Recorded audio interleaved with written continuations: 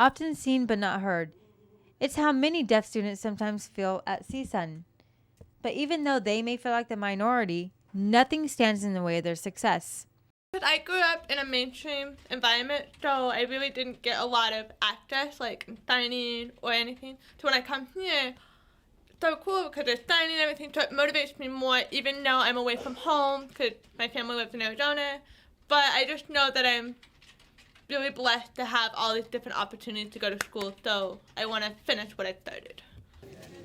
With the National Center on Deafness, also known as the NCOD at CSUN, deaf students are able to have the support they need to achieve their goals. Eileen Roland, an academic advisor at the NCOD, tells us more. We are actually the only campus that provides a separate center for deaf and hard of hearing students. Usually they're housed in one department, but we only work with deaf and hard of hearing students. And the services we do provide include captioning, interpreting, note-taking, academic advisement, tutoring, career workshops, and leadership opportunities. So we do provide a lot of opportunities for our students to not only excel academically, but also for personal growth. However, improvements still need to be made so deaf students can access the information fully in classroom settings. Having access to interpreters is just the first step. Danielle Gutierrez, a deaf studies major, says that professors should have a better knowledge and understanding of the deaf culture on campus. If all the teachers were to learn just a little bit of signing, or just have understanding. How at work you have workshops and learning, because every once in a while teachers have to improve. So if we would host one workshop for all the teachers to provide them some understanding of deaf culture, really that would improve a bunch of challenges that we face here at CSUN. But some professors are already prepared to cater to deaf students in their classrooms.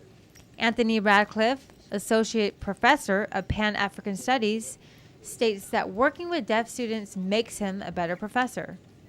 And so I really do a good job now of incorporating, even if I don't have students who are deaf in my class, I try to do my best to make sure it's accessible, just in case someone who might not be able to hear as well as someone else, they can still access the information. So I think they help me become a better teacher.